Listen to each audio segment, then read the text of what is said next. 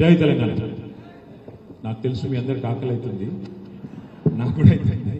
జై తెలంగాణ గట్టిగా ఒక్కసారి జై తెలంగాణ. గౌరవనీయులు పెద్దలు మన రంగారెడ్డి జిల్లా పార్టీ అధ్యక్షులు, మీ అందరి అభిమాన నాయకులు శ్రీ మంచిరెడ్డి కిషన్ రెడ్డి గారికి ముందుగా హృదయపూర్వకంగా జన్మదిన శుభాకాంక్షలు తెలియజేస్తూ సరే గట్టిగా చప్పట్లతో వారికి మనందరం కూడా అభినందనలు తెలియజేద్దాం. అట్లాగే పెద్దలు మాజీ మంత్రివర్యులు ఈ జిల్లాని గత 25 సంవత్సరాలుగా తన సమర్థవంతమైన నాయకత్వంలో ముందుకు తీసుకెళ్తున్న పెద్దలు శ్రీమతి సబితా ఇంద్రారెడ్డి గారు, అన్న శ్రీ క్యామా మల్లేష్ గారు, గౌరవనీయులు పెద్దలు, మొన్ననే భువనగిరి పార్లమెంట్ నుంచి కూడా మన అభ్యర్థిగా పోటీ చేసిన పెద్దలు, గౌరవనీయులు వేదికపై నాశీనులైన మరి మాన్యులైన నాయకులందరికీ గౌరవ మరి జిల్లా పార్టీ ప్రెసిడెంట్ గారితో పాటు వివిధ మండలాల పార్టీ అధ్యక్షులు మా సోదరుడు రమణారెడ్డి గారు, తమ్ముడు రామరెడ్డి గారు, ఇంకా వంగేటి లక్ష్మారెడ్డి గారు, ఇంకా అందరూ వేదిక మీద ఉన్న మిత్రులందరికీ, మొన్ననే మున్సిపల్ చైర్పర్సన్ గా ఎన్నిక కాబడ్డ గౌరవనీయులు శ్రీ సుదర్శన్ రెడ్డి గారు, గౌరవ కౌన్సిలర్లు, వీరందరి గెలుపులో తన సొంత బిడ్డ బర్త్డేని కూడా వదిలిపెట్టుకొని తన సొంత కూతురు జన్మదినమున్న తాను రాకుండా పట్టుదలతో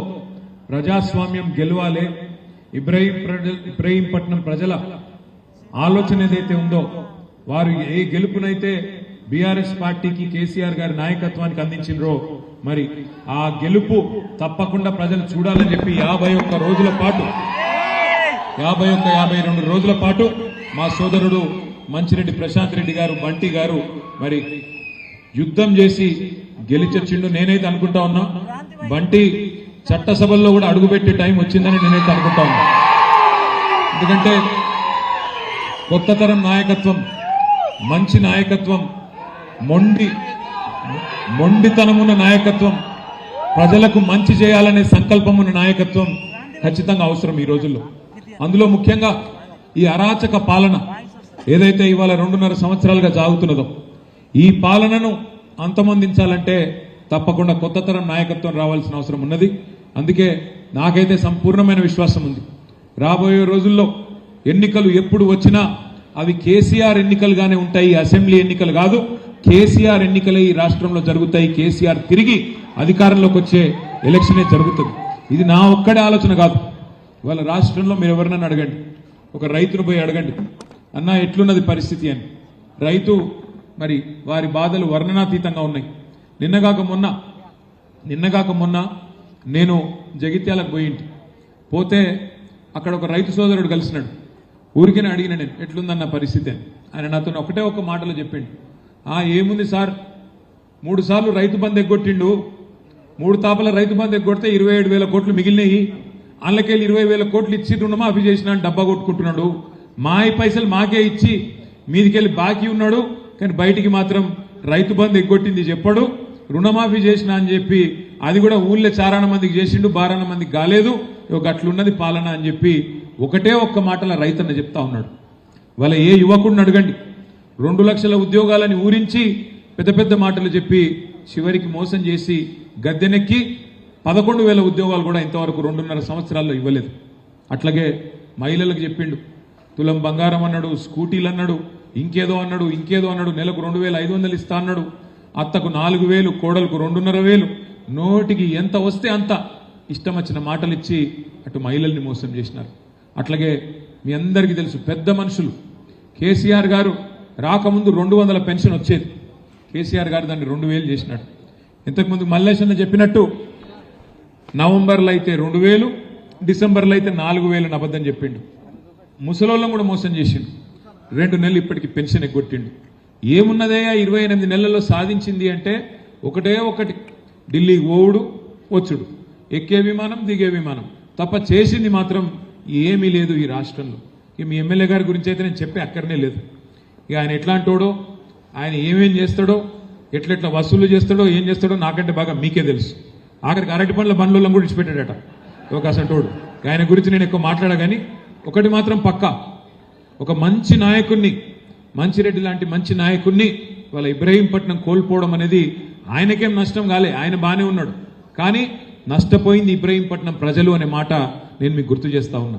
ఒక మంచి నాయకుడు కేసీఆర్ గారిని కోల్పోయినాం, ఇబ్రహీంపట్నంలో ఒక మంచి నాయకుడు మంచిరెడ్డి కిషన్ రెడ్డి గారిని మనం పోగొట్టుకున్నాం. అందుకే మీ అందరితో ప్రార్థన ఒకటే, ఇవాళ ఈ ప్రభుత్వం చేస్తున్న అరాచకాలు నాకంటే బాగా మీకే తెలుసు. ఫార్మా సిటీ ఇక్కడనే బ్రహ్మాండంగా కేసీఆర్ గారి నాయకత్వంలో 14,000 ఎకరాలు సేకరించి మన ఆలోచన ఏముండే, ఒకటే ఒకటి, ఒక గ్రీన్ ఫార్మా సిటీ పెట్టాలి, స్టేట్ ఆఫ్ ద ఆర్ట్, అంటే ప్రపంచంలో అత్యున్నతమైన ప్రమాణాలతో స్థానికంగా కాలుష్యం అనేది లేకుండా అక్కడే మరి బాగా చేయాలన్న ఉద్దేశంతో దాదాపు 7 సంవత్సరాలు కష్టపడి కిషన్ రెడ్డి గారు, సబితక్క, నేను మేమందరం కష్టపడి చాలా మందిని ఒప్పించి మెప్పించి కొంత ఇబ్బంది పెట్టి కూడా నిజంగా రైతులకు మొక్కాలి. ఆఖరికి వాళ్ళని చెప్పి మొత్తానికి 7 ఏళ్లు తనలాడి 14,000 ఎకరాలు సేకరించినాం. ఏం చెప్పిన ఆ రోజు కాంగ్రెస్ నాయకులు, ఆ రోజు సిఎల్పి లీడర్గా ఉన్న బట్టి విక్రమార్క గారు ఇక్కడ పాదయాత్ర చేసిండు.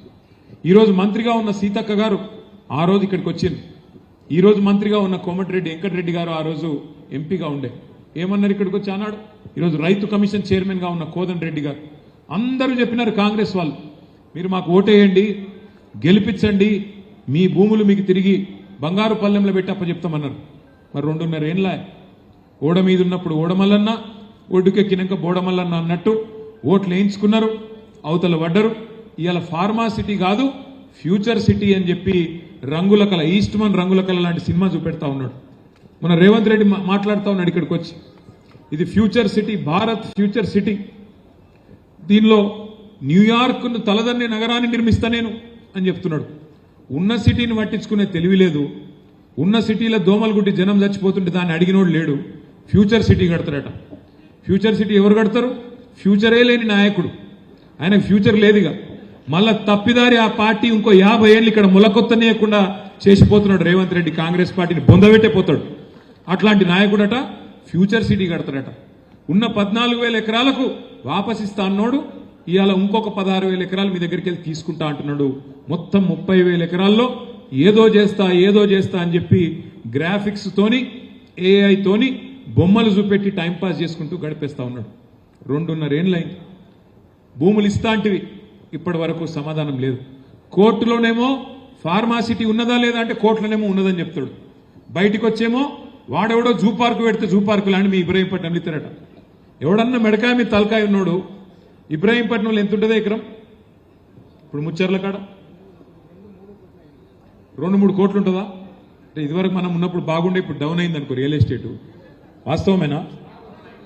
కనీసం 2 కరోడ్ అయితే ఉంటుంది కదా. ఎవడన్నా మెడకాయ మీద తలకాయ ఉన్నాడు 2 కోట్ల విలువ చేసే భూములలో జూ పార్క్ పెడతాడే.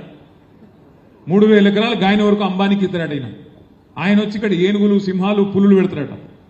రేవంత్ రెడ్డి ఎప్పుడు చెప్పుకుంటుంటాడు, నేను నల్లమలకి వెళ్ళి వచ్చినా, ఆ నల్లమలని మిస్ అవుతున్నట్టున్నాడు.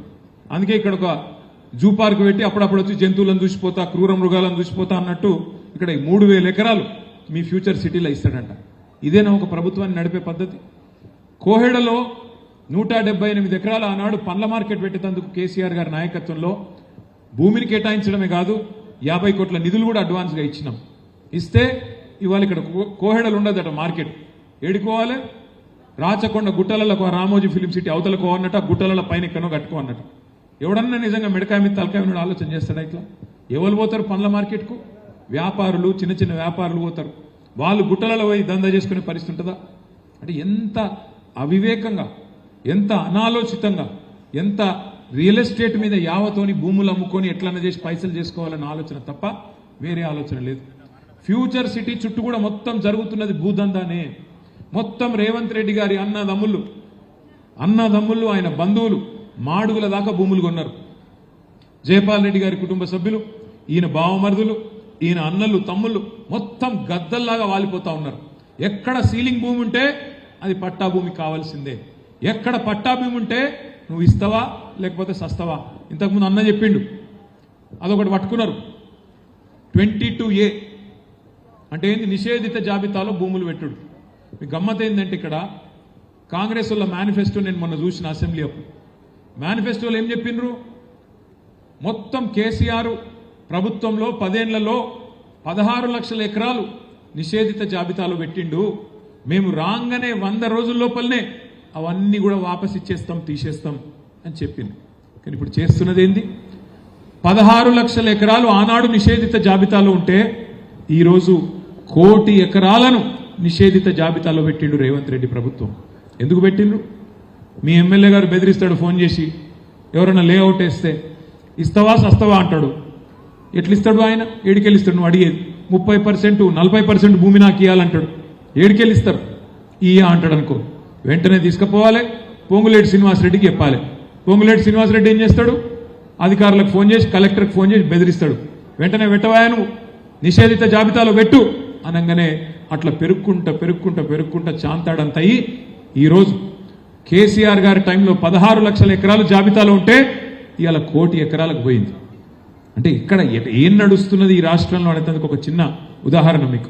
అట్లాగే ఎంత అరాచకం అంటే ఇవాళ మన నాయకులు, మన కౌన్సిలర్లు ఇబ్రహీంపట్నంలో మీరందరూ కష్టపడితే, ఇబ్రహీంపట్నంలో మీరందరూ గట్టిగా పోరాటం చేస్తే మరి 24 సీట్లకు గాను 13 కౌన్సిలర్ సీట్లు మనకు రైట్ రాయల్గా ప్రజలు మనకు అప్పచెప్పింది. ఒకరు ఇండిపెండెంట్ మనకు తోడైంది. ఇక అసలు ఎలక్షన్ ఎక్కడికి వెళ్ళి ఉంటుంది? రైట్ రాయల్గా ప్రజాస్వామ్యంలో మెజారిటీ ఎవరికి వస్తే వాళ్ళు గెలవాలి కదా. కానీ ఏం చేసిండు? ఒక అమ్మాయి 3 సార్లు కౌన్సిలర్, 3వసారి గెలిచింది, శ్వేత. ఆ శ్వేత గారికి బీసీ సర్టిఫికేట్ లేదని చెప్పి కొత్త కేసు. ఇక మన సుదర్శన్ రెడ్డి గారు, మన మున్సిపల్ చైర్మన్, ఆయన ఎప్పుడో 20 ఏళ్ల కిందట ఆనాడు కాంగ్రెస్ ప్రభుత్వంలో భూమి కొనుక్కుంటే వాళ్ళ ఊర్లే ఇలా భూమి భూదాన్ భూమి అని చెప్పి ఆయన మీద కేసు. అట్లాగే ఒక తమ్ముడు ఇండిపెండెంట్ కౌన్సిలర్, ఆ తమ్ముడు వాళ్ళ మదర్ని తీసుకుపోయి హాస్పిటల్లో పెట్టి ఆమె హాస్పిటల్లో నువ్వు వెంటనే రా అని చెప్పి ఆ తమ్ముడి మీద ఒత్తిడి. రాములు గారి అబ్బాయి త్రిలోక్, మరి వారింట్లో అంత కష్టం వచ్చినా చివరికి అంత్యక్రియలకు అటెండ్ అయ్యి మళ్ళీ 24 గంటలు కూడా గడవక ముందే తిరిగి వచ్చి మొండితనంతో, జిద్దుతో గెలిచి తీరాలే ప్రజాస్వామ్యం అని చెప్పి మొండిగా పోరాటం చేసి మన 13 మంది కౌన్సిలర్లు ఇవాళ ఇక్కడ గెలిపించింది మన పార్టీని కాదు, గెలిపించింది ప్రజాస్వామ్యాన్ని, గెలిపించింది ప్రజల అభిమతాన్ని, బతికించింది ఖచ్చితంగా ఈ రాష్ట్రంలో రాజ్యాంగ హక్కులను అనే మాట నేను మీకు విజ్ఞప్తి చేస్తా ఉన్నా. ఇక్కడ ఇబ్రహీంపట్నంలో గెలిచింది గులాబీ జెండా కాదు, ఇబ్రహీంపట్నంలో గెలిచింది ప్రజాస్వామ్యం. దాన్ని నిలిపింది మా తమ్ముడు మంచిరెడ్డి ప్రశాంత్ రెడ్డి గారు, బంటి అనే మాట కూడా నేను విజ్ఞప్తి చేస్తా ఉన్నా. చిన్న విషయం కాదు. రేవంత్ రెడ్డి లాంటి దుర్మార్గులతో, రేవంత్ రెడ్డి లాంటి అరాచక శక్తులతో కొట్లాడాలంటే చాలా ధైర్యం ఉండాలి. కేసులు పెడతారు, బెదిరిస్తారు, అధికార యంత్రాంగం మొత్తం వినియోగిస్తారు, సామ దాన భేద దండోపాయాలు ఎన్నుంటే గన్ని పైసలు ఆశ చూపెడతారు. మీకు ఇది చేస్తామంటారు, అది చేస్తామంటారు. ఆఖరికి మంచిరెడ్డి కిషన్ రెడ్డి లాంటి నాయకుడి మీద కూడా కిడ్నాప్ కేసులు పెట్టించింది. అయినా సరే ఇన్ని తట్టుకొని దాదాపు 2 నెలల పాటు ఈ ప్రభుత్వం చేస్తున్న అరాచకాన్ని తట్టుకొని నిలిచిన మా కౌన్సిలర్లందరికీ నేను శిరస్సు వంచి హృదయపూర్వకంగా నమస్కారం తెలియజేసుకుంటా ఉన్నాను. ధైర్యం కావాలి ఇట్లా కొట్టాడాలంటే. కానీ ఒకటి మాత్రం పక్కా, మన కష్టకాలం అయిపోయింది. 2.5 సంవత్సరాలు ఈ ప్రభుత్వం వచ్చిన తర్వాత మొదటి 2.5 సంవత్సరాలే కష్టకాలం అయిపోయింది. మీరు తొందరలోనే సుఖపడే టైం తప్పకుండా వస్తుంది. ఇప్పుడు ఎవడెవడైతే నకరాలు చేస్తున్నాడో, మీ ఏసీపీ, డీసీపీ, కలెక్టరు, ఇంకెవడో ఎవడెవడైతే నకరాలు చేస్తున్నాడో, నేను ఇప్పుడే తమ్ముడు బంటికి చెప్తా ఉన్నా, మల్లేశన్ అన్నది కరెక్ట్. మనం అధికారంలోకి వచ్చినాక వెంటనే ఈ కసి ఉండదు. ఏమవుతుంది? అధికారంలోకి రాగానే రంగారెడ్డి జిల్లాలో అరాచకం చేసినోడు నల్గొండకు పోతాడు అధికారి, నల్గొండలో అరాచకం చేసినోడు ఇక్కడికి వస్తాడు. నేను మీ ఓనే సార్, అట్లా సార్, ఇట్లా సార్ అని మళ్ళీ మనోళ్ళ చుట్టే తిరుగుతారు, నాకు తెలుసు. కానీ మీరు చెప్పింది కరెక్ట్. మన కిషన్ రెడ్డి గారు, మల్లేష్ అన్న ఇద్దరు చెప్పింది కరెక్టే. ఈ కసి ఆ రోజు ఉండాలి అంటే ఇప్పటి నుంచే మనం ఖచ్చితంగా వాళ్ళు ఎవరు, ఎక్కడ ఉన్నారు ఇవన్నీ రాసి పెట్టుకోవాలి. పెట్టుకొని ఒక్కరిని కూడా వదలకుండా వారికి జవాబు చెప్పే బాధ్యత నాది అనే మాట నేను విజ్ఞప్తి చేసుకుంటా ఉన్నా. కేసీఆర్ సార్ అంటే పెద్ద మనిషి, మంచోడు. ఆయన పెద్ద మనిషి, మంచోడు, జీవితం అంతా చూసిండు. కానీ నేను ఇట్లాంటి దుర్మార్గ పాలన జీవితంలో చూడలేదు. నేను కూడా చూసిన, చాలా మందిని చూసినాం ప్రభుత్వాలను. చంద్రబాబు నాయుడు గారిని చూసినాం, రాజశేఖర రెడ్డి గారిని చూసినాం, రోషయ్య గారిని చూసినాం, కిరణ్ కుమార్ రెడ్డి గారిని కూడా చూసినాం. ఆ తర్వాత మన నాయకుడు కేసీఆర్ గారి పరిపాలన చూసినాం. కానీ ఇట్లాంటి చిల్లర ప్రభుత్వాన్ని ఇంత చిల్లరగా, ఇంత అరాచకంగా పేదవాళ్ళ భూములు గుంజుకొని అసైన్మెంట్ భూముల మీద పడి ఇవాళ అరాచకం చేసే అనుముల రేవంత్ రెడ్డి లాంటి ముఖ్యమంత్రిని మాత్రం ఒక చరిత్రహీనుడుగానే చరిత్ర గుర్తుపెట్టుకుంటది. తెలంగాణ సమాజం చీత్కరించే రోజులు తప్పకుండా వస్తాయనే మాట నేను మీకు విజ్ఞప్తి చేస్తా ఉన్నా. మొన్న నేను, మా సబితక్క విద్యార్థుల మీటింగ్కి పోయినాం తెలంగాణ భవన్లో. పోతే ఒక విద్యార్థి సోదరుడు మాట్లాడుతూ అన్నాడు, అన్నా చాలా మంది నాయకులు వస్తారు పోతారు, నిన్నటిదాకా ముఖ్యమంత్రిగా పనిచేసిన ఒక నాయకుడు ఆంధ్రప్రదేశ్లో ఇవాళ ఆయన కేబీఆర్ పార్క్లో నడుస్తుంటే ఆయనను పలకరించినోడు కూడా లేడు అని చెప్తా ఉంటే సబితక్క చెప్పింది, ఆయననే ఎవడన్నా పలకరిస్తాడేమో కానీ రేవంత్ రెడ్డి పదవి కాలంకి దిగిపోయిన తర్వాత మాత్రం కూర్చున్న కుక్క కూడా లేవదు, ఆయనకు మాత్రం ఎవడు సల్యూట్ కొట్టేటోడు మాత్రం ఎవడు ఉంటాడు. ఇది వాస్తవం, ఇది వాస్తవం.